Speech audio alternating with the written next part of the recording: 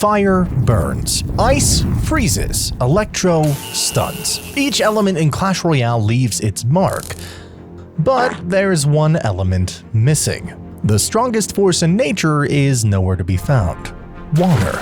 It floods cities, carves canyons, drowns kingdoms, yet in Clash Royale, not a single card dares to use it.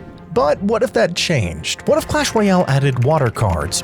What if they weren't just powerful, they were game-breaking? Imagine spells that drown entire pushes, piranhas that devour troops, or mythical sea creatures crashing across the bridge. Some say the arena is balanced, others say it's chaos, but if water enters the game, it could rewrite everything. And today, I'll show you how. This is what would happen if Clash Royale added water cards.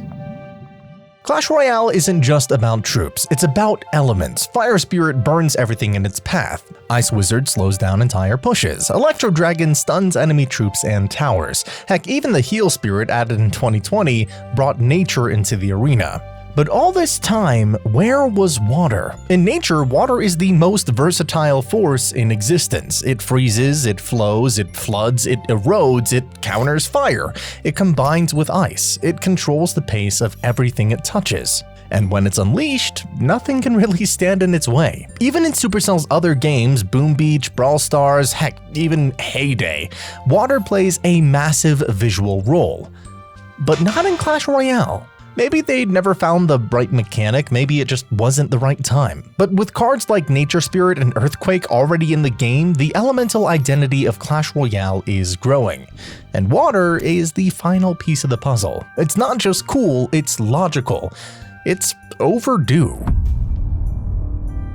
If water cards were added to Clash Royale, they couldn't just be blue-colored troops. They need their own identity, their own feel. So what makes a water card, water? In nature, water is fluid, unpredictable. It slows everything it touches, reshapes everything it surrounds, and over time, it erodes. In Clash Royale, that could mean three things. Number one, pushback and flow mechanics. Water cards could physically move troops by pushing them, not stunning or knocking them back like Snowball, but gently pushing entire groups in one direction like a wave. Imagine a troop that slowly pushes an enemy golem out of tower range, just enough to stall a massive push. Number two, slowing effects. Like ice, but more persistent, water could create puddles that slow movement in a specific zone for a few seconds. Not freezing, not damaging, just controlling space. This opens up massive defensive potential, or brutal synergy when combined with swarm units. Number 3. Erosion damage, a new status effect. Picture a spell that doesn't deal massive burst damage but erodes troops over time, slowly draining their HP like a leak in a ship's hull. It's not as strong as poison, but it can spread. A troop walks into the water zone, then it carries it with them, spreading it to others nearby. That's how water should feel in Clash Royale, not explosive, but unstoppable. Water doesn't win in 1 second, it wins over time.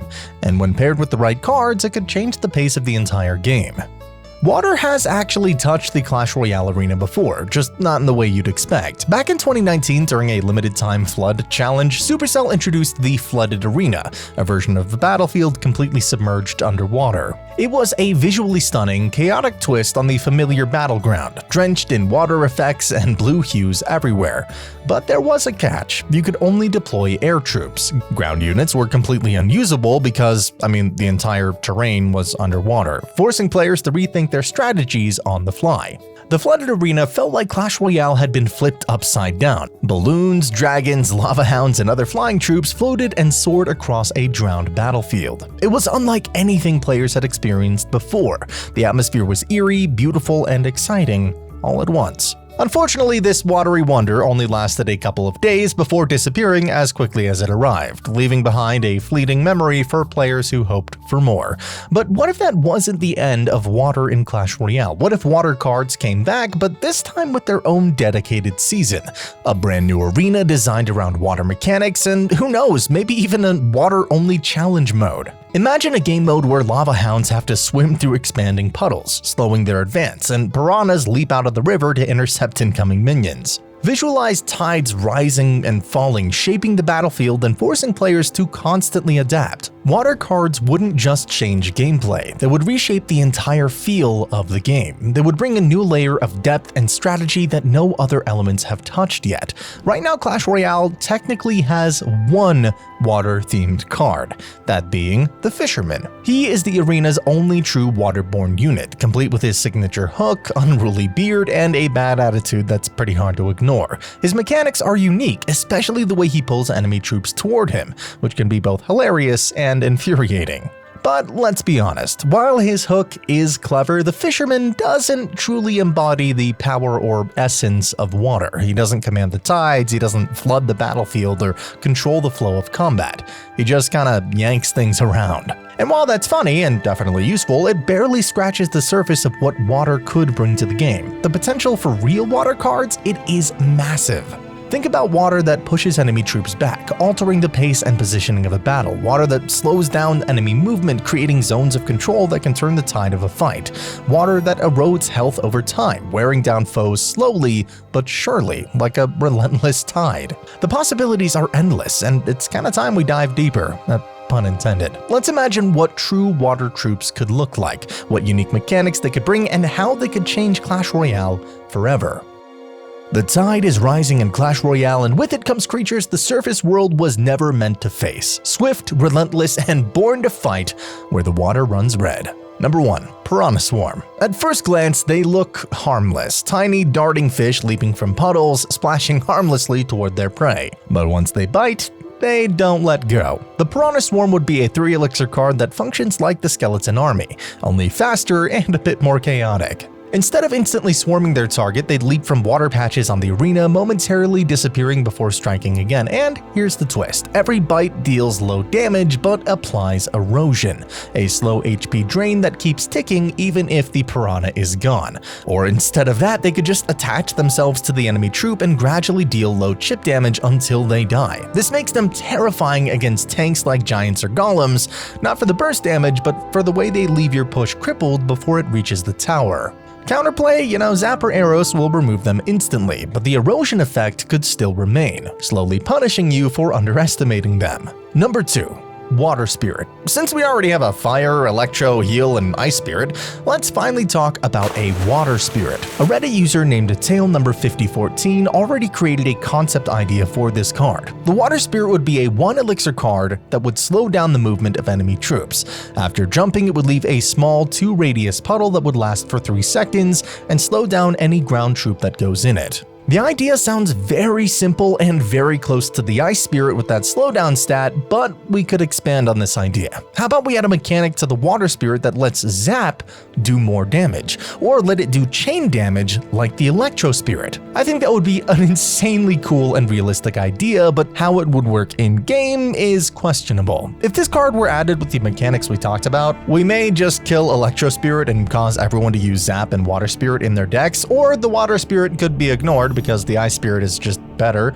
Not only does it slow down the movement, it also slows down their attack speed. We could also take a different approach to it. Water Spirit could create a small wave that splashes forward, knocking enemies back just a little. Kinda like a mini tornado, but only on your side of the arena. Honestly, that would be amazing. It could open up tons of new defensive plays, saving towers in clutch moments or resetting huge pushes before they crash in. Clash Royale has barely dipped its toes into water-based mechanics, so hopefully we'll see something like this in the future. Number 3. Submarine. The submarine is one of those concepts that just feels so fresh. It could genuinely change how Clash Royale works. It's a troop that is built to finally use the water, a part of the arena that's been there since day one, but never mattered in gameplay. Drop it near the center and it dives beneath the river, becoming untargetable. Kinda like a royal ghost, but underwater. While submerged, it slowly loses HP to stay balanced, like an oxygen meter. When it resurfaces, it fires mini rockets with long range, almost like a stealthier princess or a 1-lane expo that can hit both air and ground. But here is the twist. You control when it dives or resurfaces using a 1 elixir ability. That means timing and mind games become everything. Sneak attacks, last-second defenses, baiting spells, all suddenly possible in a brand new way. But here's the catch. The submarine can only operate in one lane depending on where you place it. That makes positioning absolutely crucial. Oh, and here's where it gets even more interesting. Not every arena in Clash Royale actually has a river. On those maps, water-based cards like the submarine would be banned, instantly adding new strategic variety to the game. It'd be the first step toward a whole new era of Clash. And if you think a stealth siege unit sounds wild, trust me, it's only gonna get crazier from here. If troops are the muscle, spells are the finesse. Water spells would control the pace of the match in ways other elements can't. Whirlpool. Cast it anywhere on the arena and it creates a swirling vortex for 3 seconds. Ground troops caught inside are slowly pulled toward the center, reducing their movement and attack speed by 50%. Perfect for clumping up enemies for splash damage or stopping a split push in its tracks. But beware, the effect doesn't work on buildings or air units, making placement critical. Flood. The most thematic water spell possible, a wall of water sweeping across the arena from one side to the other. Instead of knocking units back, it pushes them along its path, moving them toward their own side of the bridge while dealing slow erosion damage. It doesn't kill outright, but it is a nightmare for bridge spam decks and a dream for control players.